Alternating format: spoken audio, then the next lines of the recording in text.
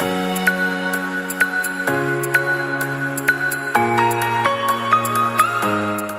about headaches as well as concussion topic today. This is a nice picture for everything. We all have pain, and hope Alvin does not have a headache today. So we'll talk about how we approach headache in children. I'll discuss some options for treatments for pediatric headaches. We will touch a bit quickly on pediatric head injuries, concussion mainly, and how we can approach and treat those. In my country, we want pediatricians to take care of most of the headache patients if possible and only refer to neurologists the most complicated ones. That's sometimes hard to achieve, but that was probably a good overall use of resources. And then I'll try to mention throughout this talk when neuroimaging, MRI, or CAT scans should be considered. So headaches in children as well as adults is very important because it's such a common issue. Headaches are almost a universal part of the human condition. Kids miss school, families miss work, it interferes with fun things, education. So if we could just remove headaches from the world, that would be a good thing. There's many different types of headaches. We'll talk mainly about migraine here since they're most common. I wish we had a Mr. Lolly's where I'm from in Nashville. That's a great name. So I could call it a Mr. Lolly's headache, but an ice cream headache is a well-known issue as well. And then clustered, and there's other types of headaches, mainly affect adults. Overall, by far, the type of headaches you will see in children will be migraine or not. And you'll want to think about, is this migraine or something else I should consider? So tension headache, I'm not going to cover. Everyone gets these headaches. Again, that's pretty much being human. Migraine in adults is fairly common. This is, again, another one of those conditions that are more female than male, at least when they get older. Children who have migraine seems to be more equal male boys and girls. So and I said actually it'll be more than females. But then once you get into the post-pubertal area, then females start adopting again the adult patterns with a 3-to-1 ratio of female migraine to male migraine. Many of them do start in childhood, and it's very common to get this history. And then with some numbers here based on studies, by age 7, about half of all children have had some headache, and a few have had migraine, but by the time they're teenagers, substantially more. And since by definition these are bad headaches, they're going to come to medical attention, and you'll hear about it. So the classic migraine and common migraine are fairly similar with one main difference, but classic migraine usually have more than one episode. People complain of some significant pain, usually in their head, and the classic is defined again by the aura. You have some other neurologic phenomenon occurring, and it's usually the visual aura. I see little lights, there's something going on, but you can also have auditory aura or sensory aura, altered perception of time and space can also be part of it. That's the aura, and then you get the headache after that. Again, it happens more in teen years. I mentioned the females, and almost always you get a very strong family history in an autosomal dominant type pattern. And then this is a very important point, is rebound headaches. We see this all the time. So people have headaches, they take medications over the counter, whether it's ibuprofen, Tylenol, whatever mixture of stuff, but they take too much. So they start off with migraine headache, and then essentially their brain gets addicted to over-the-counter simple pain medications. And then, like any addiction, they have a withdrawal from it, and they get another headache. So they take more medicine, it wears off, they get a headache. So you see this rebound component where instead of having an intermittent migraine headache, you would then evolve into this chronic daily headache pattern. And that's a real common thing to see. You need to stop that right away and not have the families give so much medications. And you need to just stop these medications if possible, but that will cause more headaches, so you have to have a plan. But if you don't address this, your migraine headache patients won't get better. So I mentioned the visual aura, but you can have other types as well. Almost any sort of neurologic symptoms can be an aura. And then it's very classic, where's your head hurt? Simple questions. It's usually in the front for kids. How does it hurt? And they have a hard time describing it, but it's usually a squeezing, sharp, pulsing. And then the key thing is to get migraine are the other symptoms. Is there nausea, is there vomiting, bright lights hurt your eyes, loud sounds. And I ask the kids, or ask the parents, when they have their headache, do they like to go to a quiet, dark room? And if the answer is yes, it's almost always a migraine. It's pretty straightforward. Sleep is usually restorative. They fall asleep, they wake up, they're much better. It lasts for hours. And the typical frequency, again, is twice a month, once a week, something like that. We'll talk about the frequency for treatment. And that's a pretty classic migraine. Again, the common migraine is really quite similar, except they don't have the aura. But it's really everything else is exactly the same. And we don't understand why some people have common and some people have classic migraine, but you don't have to have the aura to get a migraine diagnosis and the appropriate treatment. I'll skip that. So the triggers are important. Many people have no triggers. Things in neurology that come and go just happen, and we don't understand why. But if they do have triggers, it's important to identify them so you can avoid the triggers. Most families have already figured this out, but if they don't eat or sleep, menstrual periods, or different foods, if those are the triggers, avoid the triggers if possible. So one of the problems in pediatrics is some people think, especially families, that their child can have migraine, and this is certainly the case in the youngest children. So when I see a 5-year-old, a 6-year-old with symptoms of vomiting and some other issues, maybe they have an aura, I'm thinking is this possibly a seizure, but I know that migraines at a young age are actually quite a bit more common, even than seizures. Then you have to think about the migraine. But since migraine is an exclusionary diagnosis, it can be a little difficult to manage. And the other thing that makes it hard for us is that you can certainly have often pediatric migraine headache without the headache, which is a little strange by definition.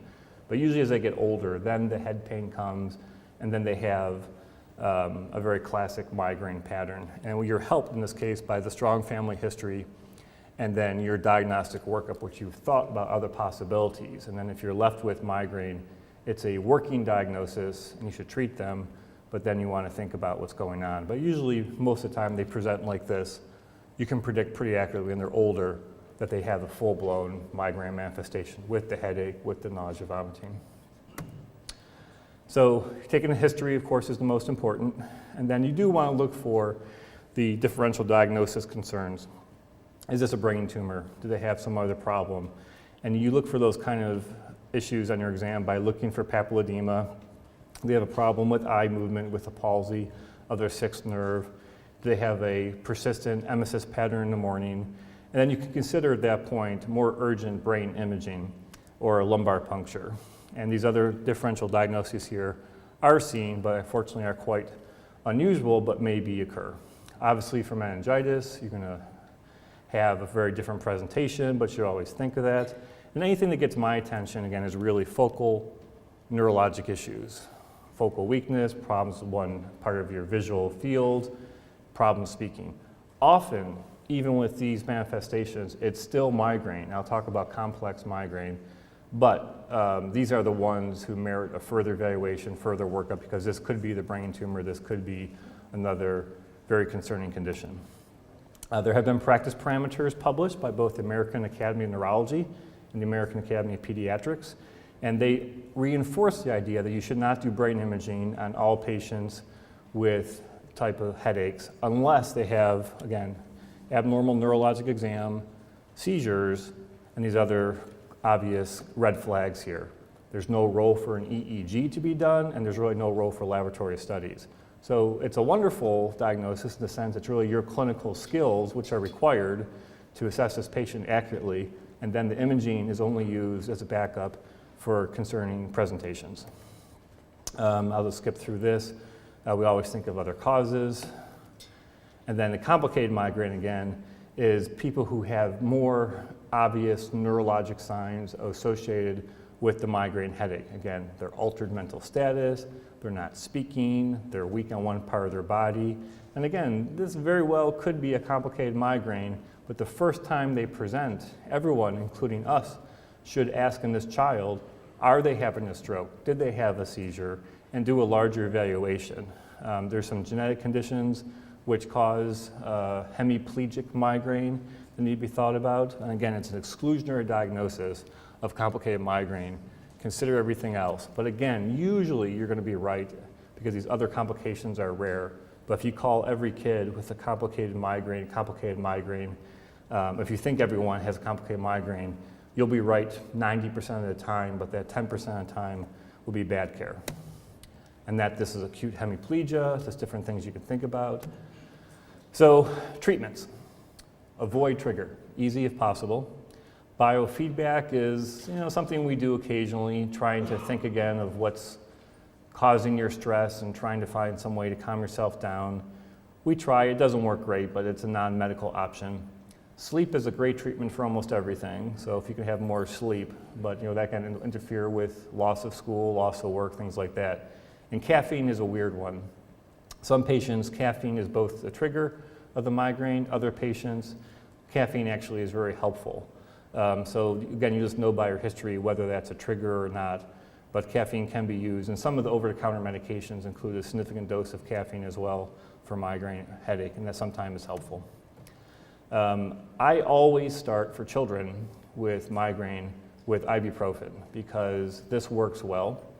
Don't use it too much. I mentioned this rebound phenomenon, overuse syndrome, but if they use it a couple times a week at an appropriate dose, 10 milligrams per kilogram, it usually works quite well.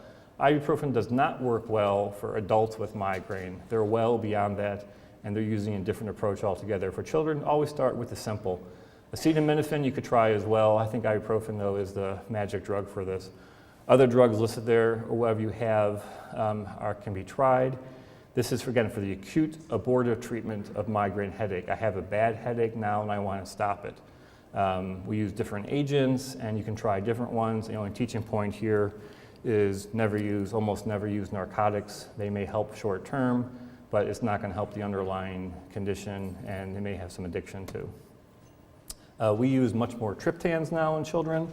The most commonly used one is the original triptan, sumatriptan, also known as Imitrex. And this is nice because it comes in 3 formulations. The original was an injectable IM needle, but then there's also nasal spray and tablets, which are easier for children to take. However, the injection form works the best and the fastest, and the tablets work the slowest and the worst. So I usually go in between and give my patients nasal sprays to help stop these headaches. And there's many different forms of triptans now, including Maxalt and other ones that can be used as well. So we've pretty quickly get into discussion, though, by the time children see a neurologist, is how often are they having these headaches? How much of their life is being disrupted? And then we have a discussion, should we treat the headache as they come, or should we try to prevent them? And it just depends on the situation. Some children, families, think a couple headaches a month or a couple a year. I just want to take a medicine or go to sleep when I have that headache. Other patients, the headache is so bad or so frequent, they would prefer taking medicine every day to prevent headaches, and we have strategies for that. So it just depends on your patient.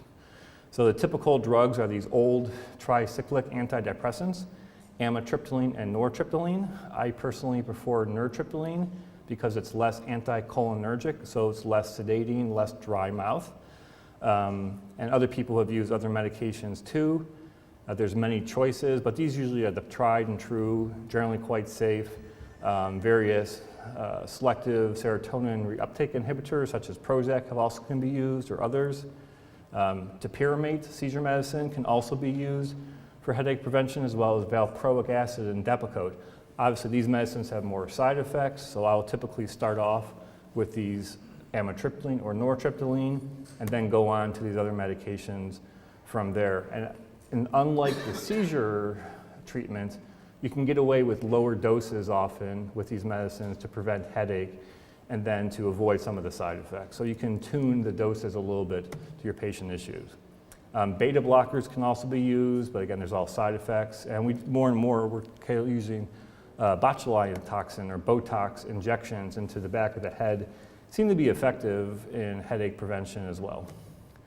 The chronic daily headache is a different issue. This can be the overuse or rebound condition I mentioned, but it can also be part of a migraine too, except you now get the migraine headache every day. And some patients who have migraine who are not abusing medications daily will merge into this chronic daily. This is a very tough condition to treat. They often have a lot more depression, comorbidities. So once you get to here, you may need to have a psychiatrist involved or look into more social stress type issues too. Okay, so last part of the talk, we'll talk about concussion.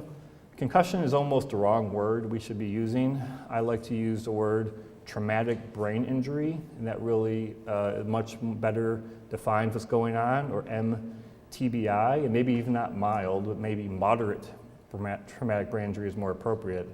And refers to really this force that's applied to children's and adults, head, face, neck, that causes this acute onset of neurologic issues. And then part of the definition of concussion, if you look at the brain on MRI, it's going to be normal, at least with current technology. And we don't recommend you do a brain MRI, but it's something else fundamental about the brain's function, which is causing concussion. Here are some sports where head trauma or neck trauma is pretty common. I have football and then football, not because football is the biggest cause, because it's American football and what everyone else calls football. Boxing, obviously, and the other sports listed. And just think of the physics here.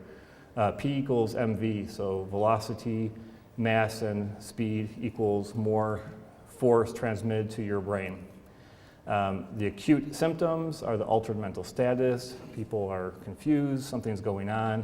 They have a lot of memory loss, and then can have other clear neurologic issues with balance, headache, nausea, vomiting. Pretty obvious symptoms. And then these patients, after they have the acute concussion, will then have chronic symptoms. They can have very much migraine conditions, especially if there's a family history of migraine, and you have to treat those migraines just like you would treat any other patient, but it may have been triggered by the concussion. They can often have these long-standing issues, and there's so much information about athletes these days who've had multiple concussions having these lifelong problems. So this is a very big concern. The signs and symptoms of concussion are pretty straightforward. I'll list them here. It's pretty obvious. Other things that happen though is patients really don't do well. They're very irritable, and this is really neurologic symptoms for them. They're depressed perhaps. There's really concern about everything. They don't sleep well, which makes everything worse. Again, some depression really starts to occur here as well. And then what you want to do if you're a physician taking care of children who have these type of symptoms, some of us at the playing field can be there. You want to assess a patient like anyone else in an emergency type department with your basics here, but you really want to assess their mental status and their neurologic state. And we have various tests we can use to see how they're doing. Take them out of the game. If they had a head injury, they should not play. Do not let them go back in. But if their symptoms continue, we always recommend go to emergency department because they may have a head bleed, they may have something else going on that requires more aggressive treatment. Again, I mentioned earlier that brain imaging for this condition is not indicated for most patients. You can do a CT if you're worried later about bleeding, but there should be some other associated signs with it, so don't do it routinely since it's radiation. And then MRI should be normal, but we're getting better, and some new MRI techniques being developed may allow us to show some subtle damage during acute concussion, but we're not there yet. So I have athletes and patients because anyone can fall and hit their head and have a concussion, but we think athletes usually, and this is when you would image them as well for these persistent concerns or focal signs of when. You can do more sophisticated testing of patients to really look at their memory and their cognition, learning, et cetera, attention, but this is also hard for us to get. So there is some roles for some apps people can use. There's some tools called Impact, which are quick assessments, and many professional sports teams now have these sort of resources available, and they will test each player at baseline to see how they function normally, and if they have a concussion, they will test them again immediately, very quickly afterwards, to see how they do. But it's just too expensive to have this to do for every athlete, but that would be the ideal. Okay, so I mentioned different conditions to prevent migraine. This isn't a setting of concussion, but it's the same idea. If they develop chronic headache, migraine after concussion, you still want to treat it the same way. But the most important thing is to rest the brain, rest the body. So you have to have the people not do much for a while and to avoid thinking too hard, watching TV, playing with their phone too much. All these things seem to really agitate the brain and keep it from healing. Cognitive rest means not being in school and then slowly going back to normal activities, but with patients who have issues cognitively, they're dizzy, they can't think, they can tell when they start to read, they start to do math, they may have more problems, so you have to slowly come back and go from there. So they may require a modified school plan to be out of school and then have a short day and then work their way back in. If you push it, they will do worse. And then going back to play is always an important topic. If they have any symptoms, they cannot play again. And athletes usually lie to you because they want to go back. But usually it's about a week for uncomplicated migraine to recover, but kids may take more time. And then we use the stepwise program, advance slowly, and at least 5 days again before you should return to play. It's hard to speak of retirement for us as well as children from sports, but the word retirement is good. If you've had 3 or more concussions, you should stop. There's no benefit to playing longer. It's sad when professional athletes do this, but the amount of brain damage you can occur during that time is really bad. So just keep that in mind. Usually 1 concussion is okay, but if they get more concussions, long-term issues of their brain are a concern.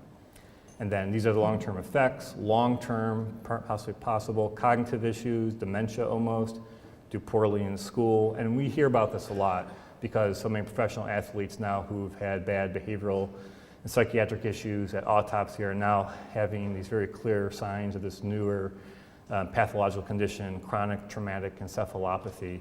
Essentially, their brain looks like a much older person who's been ravaged by all this trauma, we think. So we're still studying this, but we're worried this has actually started in childhood, and these brain issues are the result of just a career of repeated head injuries.